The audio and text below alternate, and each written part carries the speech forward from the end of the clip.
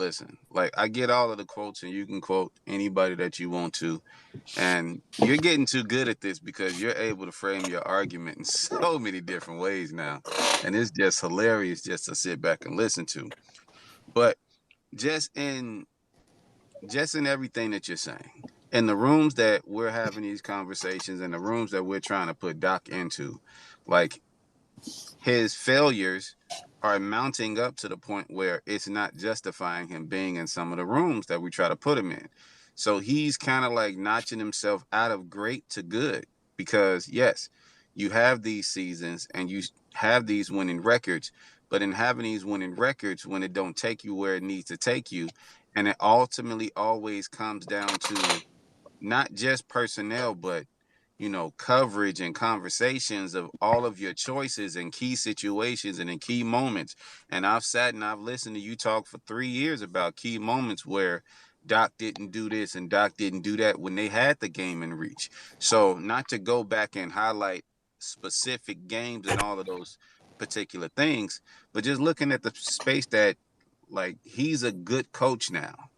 He's not still a great coach in my opinion because like you said, it has been 2 decades that have been stretched out between Steph and LeBron.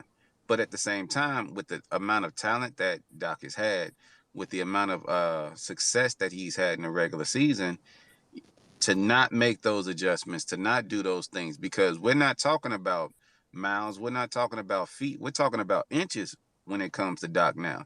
And those inches get you the gold jacket, those inches get you into certain rooms that not making those inches don't get you into. So with him not making those things, I know we're splitting hairs because yes, on the outside he does look like a very, very great coach. But when you start like peeling those layers back, it's like, nah, it's just not hitting the way that it needs to hit because he's whiffed on a lot of things. He's whiffed on a lot of calls. And, like and another thing that I'll say, and this is one of my last things that I'll say about the topic is, with everybody great, they persevere and they go through, but sometimes like Lady Luck is on their side, and it's a little bit of luck that goes into great success, whether it's in stocks, timing, whether it's in basketball, and just it just being your night and things just aligning. And sometimes when it just don't align for you, you just don't sit in the pantheon the way that you think that you should. I want to say thank you for everybody popping through. That was a good one, Sam. That's some several points. That I'm gonna get this tweet up here in a second. Uh, wasn't originally gonna have a show today. Like seriously, I was gonna open up and play this song over and over again, and then just say sign up for the newsletter and like and retweet it. If you could do me the favor, like and retweet the tweet that contains the newsletter. Read it. Check it out. This is actually there's really nothing there but links today. You can check out the Dime, hosted by Josh Rodriguez. I'm on there. I was recorded it yesterday. We talked basketball like we normally do. So check it out. The issue that I have in the idea of he's going from great to good is he hasn't failed at winning, right? We're arbitrarily saying he's failed at winning a championship. And again, every year, there can only be one. There can only be one. Yeah, but okay, so I hate to interject sometimes, only sometimes. But Chris, we got to be honest. Like the big reason why LeBron is not over Jordan is because of his losses. It's not because of all of the stats where you can clearly see like he's actually produced more in these categories statistically than Jordan. It's about the fact that he didn't do dot dot dot dot dot and we didn't see it in succession. So like your losses can also speak to your resume even while you're still winning and producing at a completely high level. So like yeah, Doc ain't he's not an unsuccessful coach in his winning, but like to not get it done is the reason why with some of these coaches you're not going to put them in the same rooms as the Pats and as the Fields and et cetera, et cetera. So, I don't really agree with that. How do I want to phrase this? LeBron James was never going to be more popular than Michael Jordan. That is why LeBron James will never be considered greater than Michael Jordan, despite that LeBron James will have produced more than Michael Jordan.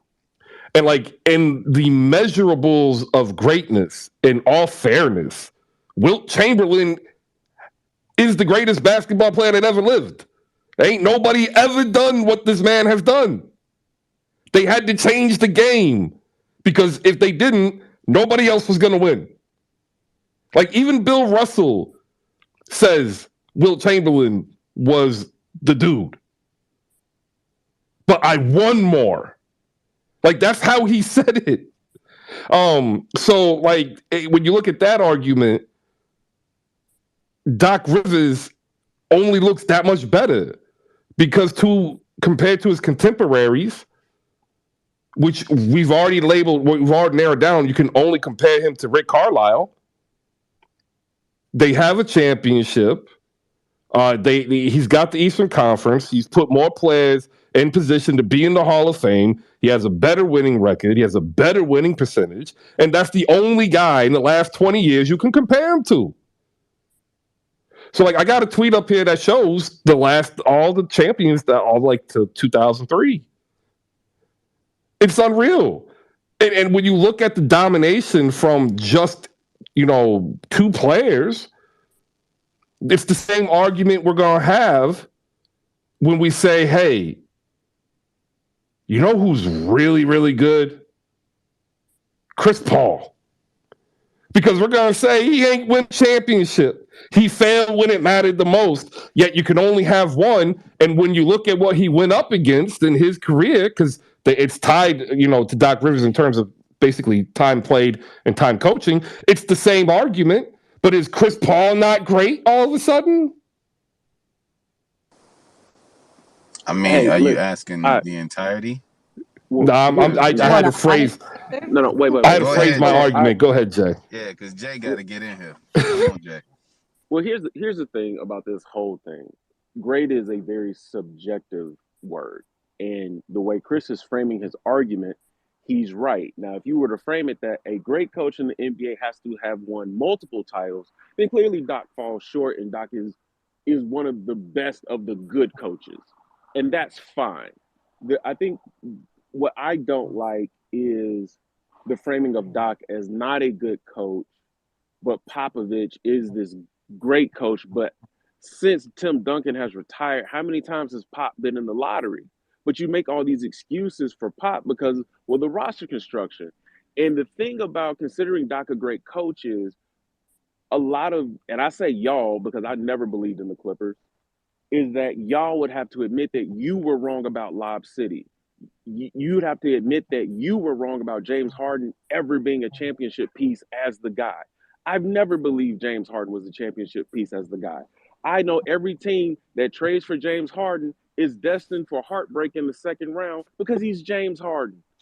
He doesn't play winning championship basketball. That's not what's ingrained in him. He's not going to make the extra effort on defense. He's not going to make the extra pass. He's going to dribble the ball for 16 seconds and then pray to God that the ref bails him out. So the thing about Doc is if Doc is coaching your team, 9 times out of 10, you assume you're winning 50 games. And that's the barometer of a good to great team in the NBA. And so if the subjective benchmark is, are you winning 50 games? Can I count on you to make the playoffs? Can I count on you to have an all-star on your roster? Then Doc is a good to great coach because he's really, really good at fulfilling those requirements. When that Clippers Warrior series was happening in real time, we didn't think at that time that Curry was better than Chris Paul. But now with the lens of hindsight, we understand, the Warriors had the better player in that series. We just didn't know it yet. when the Clippers played the Rockets, was Josh Smith and Corey Brewer better than who the Clippers had on the court? No, but they were that night. So there are Stan Van Gundy took a team with Dwight Howard, Haidu Turkoglu, and Jameer Nelson to the finals. Because sometimes the playoffs are about matchups. And nobody in the East had a roster that could deal with 4 out, 1 in, especially when the 1 in was this monster named Dwight Howard. So again, I have an answer for your questions. yeah. So 3 times.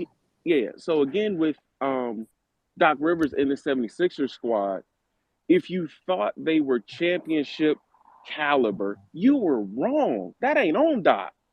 You were wrong.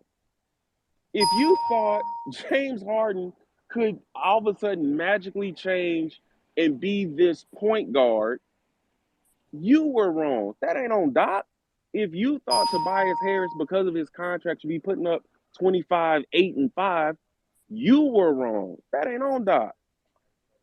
Now, if you want to say Elton Brand, if you want to say Daryl Morey, cool. But Doc hasn't been the guy who said, you know what? Don't get Tyus Jones. I'm cool with Shake Milton. Doc ain't the guy who said, don't bring back Andre Drummond. I'll make Reed work. That ain't on Doc. He's no longer making those personnel decisions.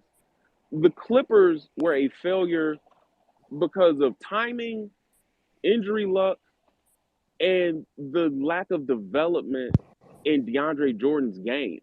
If DeAndre Jordan could throw a hook over both shoulders, the Clippers win a championship. But the fact that he was only a lob threat meant that you couldn't throw the ball to the biggest guy in the court, even in a mismatch in the post, and get a bucket or a free throw. That's on DeAndre Jordan. That's not on Doc. DeAndre Jordan has to want that because it's not like DeAndre Jordan failed to do that one playoff series. It was 4 years. He was the healthiest one out of him and Blake and Chris. So there's a lot of stuff that gets laid at the feet of Doc that ain't really Doc's fault. Doc is a good coach. Doc is a good coach, but he's not the one who said, yeah, no, I want JJ Redick as my starting shooting guard in a league where Paul George, Kobe Bryant, Tracy McGrady, and other 6'6" and up dudes are playing the 2. You see what I'm saying? Like, y'all remember what JJ Redick looked like trying to guard, Paul George? Bro, I do. It was bad. Yeah, it was bad.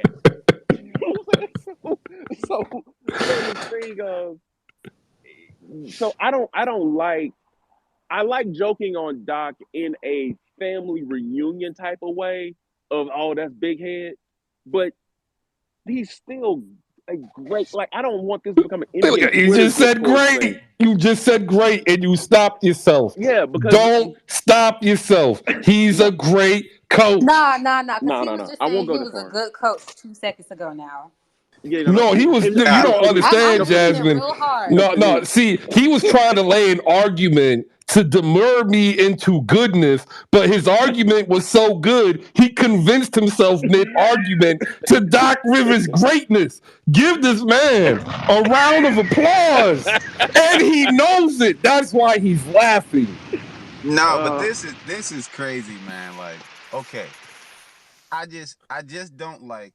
Jay, I don't like the framing of the question because that also leads to a conversation with saying, like, if you believe in Ja Morant, that's your fault if he ain't the guy. Like, come on, man. Like, that's true. You want me to break down why Memphis won't win this championship this year? No, we don't.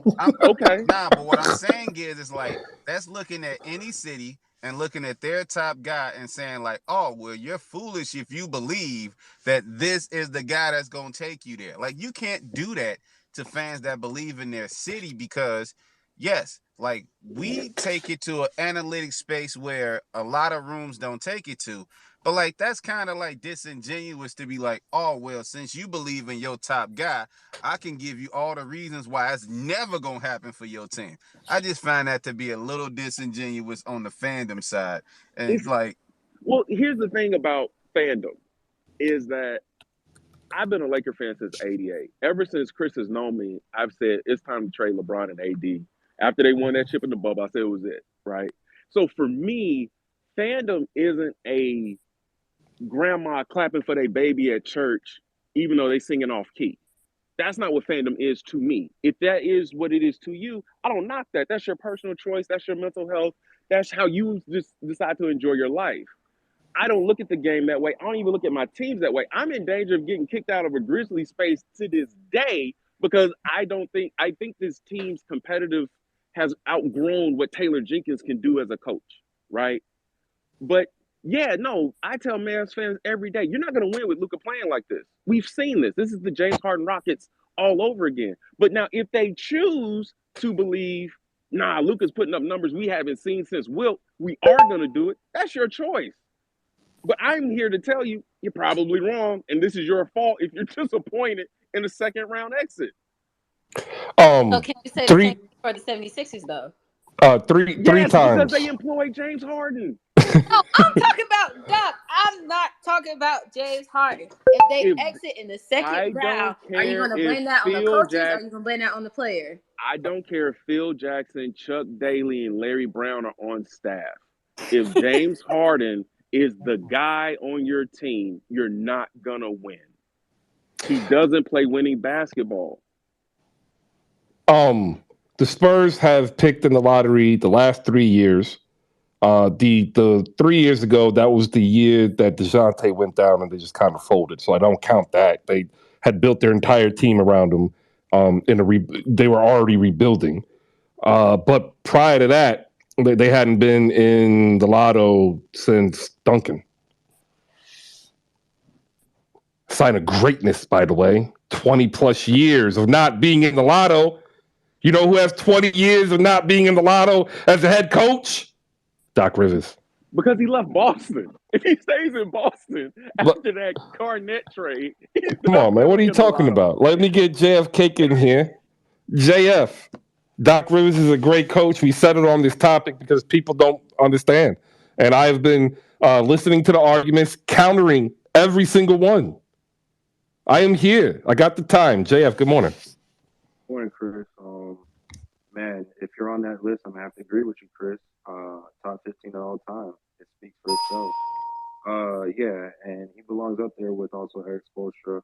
If you want a ring in the last couple, I'd say 20 years, going against LeBron, Steph, and Kobe, you have to give yourself some type of credit. I mean, those are three guys who basically, held the realms of the finals for the last 20 years. And for Doc Rivers to make it out with that team, that was good for him. But I have a little comp. He may be, it may be a stretch. He may just be the John Harbaugh of the NBA. What I mean by that is you take a good old veteran team, take them to the playoffs, win the Super Bowl, okay, and then you just be a playoff team with some really good players on it for the rest of the time. Do I think he's gonna make it back? Not sure. Right now the window's open, but you do have an argument. Jay has an argument for Doc Rivers. He's not that disappointing. There's a lot of other teams that could use Doc Rivers. I'm not gonna lie. But just moving forward, it's gonna be a little bit tough of what he's gonna do this year because George Niang can't be your all-star off the bench or can't be your guy off the bench. He just showed up 3 games ago. So I think that foot injury, I'm not sure how that's going to be lingering. But I do believe Doc Rivers is a great coach. Michael Jordan. Once I made a decision, I never thought about it again. And then followed that one up with always turn a negative situation into a positive situation. Like Doc Rivers believes that Michael Jordan is the greatest player he has ever played against, ever seen, and is an inspiration to basketball. He has adopted those two methodologies into his coaching style. I can't stand it. I don't want a coach to tell me, oh, well, the silver lining is if you just make 2 more threes. I would rather the coach tell me, dude, you're not doing your job. What do I need to do to put you in the best position for you to succeed? That's what I do. But Doc, it's like going to your favorite bartender. You go into a spot, you say, hey, what's up, Doc? And he pours you your usual, and you listen as he draws out of you the emotional angst that blocks you from reaching your individual greatness. Brian, what's up, man? How you doing? Good, Chris. Been sitting here listening to all this, and I actually had to really think back to draw a parallel to what Doc Rivers really is, and some of the things that you said about Steph and LeBron kind of getting in the way, the Golden State teams, and so on and so forth, of him getting another title. Well, there's a gentleman that I thought about, and I went back and I actually looked at it. And the parallel that I'm going to draw here is to a Hall of Fame coach. His name is Lenny Wilkens. Lenny Wilkens won an NBA title in '79 with the Seattle Supersonics, right? Lenny Wilkens also went on to have a pretty illustrious career as a coach. And one of the things we always talk about with great coaches is roster construction and mental, right? Because it goes hand in hand. You could have a roster construction of talent, but if the mindset isn't there to match the talent, then I don't care what coach you are, who you are, you're not going to succeed. Now, to my point here is when he teamed up with Wayne Embry in Cleveland, they constructed a roster that had the talent and the mindset with the Brad Daugherty and the Larry Nances and the Mark Prices and so on and so forth. The problem was Michael Jordan. Michael Jordan got in the way, okay? Because there's at least two of those Cavs teams that were so good back then, they could have won an NBA title. But Mr. Michael Jordan was in the way.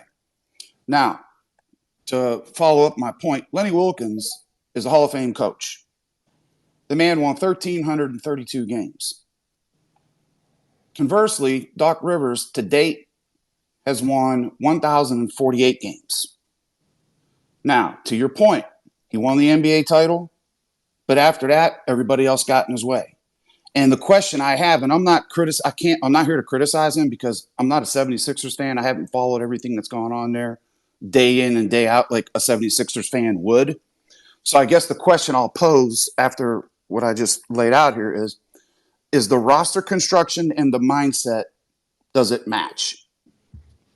I guess that's where I'm going. Does that make sense? What I just laid out? No, and I'm the Lenny Wilkens comparison is warranted. I think Doc is better. Specifically, if you look at how he was able to maintain the relationships with the top tier stars of his team, Lenny tended to fray them out and run them away, which is why he kind of burnt his bridges almost everywhere he's coached, where Doc doesn't. Doc will actually do what he did to Ben because he did it to Chris Paul. He did to Blake Griffin. He just tells you what he thinks, and people assume that he's being, coy and throwing people under the bus. But to your answer, it's no. Like I said it earlier, you probably weren't in. They pick up two players that Daryl Morey wanted to pick up, and they picked up one player Doc wanted to pick up, and like that was the compromise. And the issue is the players that Morey wanted, which are system oriented to best, and I'm using air quotes, you can't see it, to best fit around James Harden and achieve James Harden's ultimate success, in lieu of being able to teach the players through practice. This is where James wants it to be. This is how he works. This is how we make this offense with him move. Where Doc is like, I need to figure out how to put my best player in a position to be the best player. That's Embiid. So you have two fundamental different builds going on at once. And Doc is now having to work to figure out, how do I fit these players that don't fit what we were doing, because I didn't necessarily want them. Well, and then what I meant by mindset, just to clarify that statement, is everybody bought in. That's the mindset that I'm talking about. Because once you have a team that's all bought in and follows their coach, that's where the coach can be ultra successful. Oh, well, for that part, I actually do. I think, like, if you look at how the team's playing and you're watching the games, you don't see what you see, what you saw in LA or Brooklyn with Kyrie. Like the last game before Kyrie was suspended, I mean, I put it out there on a group chat. Like, he didn't give dap to nobody. He sat down and looked depressed, and a couple people went to him, and he finally got up and went to the locker room. There's none of that in Philly. right? Like people got really big on them because they got booed in the opener. Like, no offense, we've booed the opener literally like 7 out of the last 10 years. It's just something they do. And like the players got it and like they were fine with it, but like it lived on in media. So I think a lot of people are saying like they jumped out, oh, they're booing, it's an effort thing. And then, you know, I said it then, like you're gonna find out Embiid's not healthy. Boom, Embiid's not healthy. You're gonna find out that these two players didn't do this and they didn't.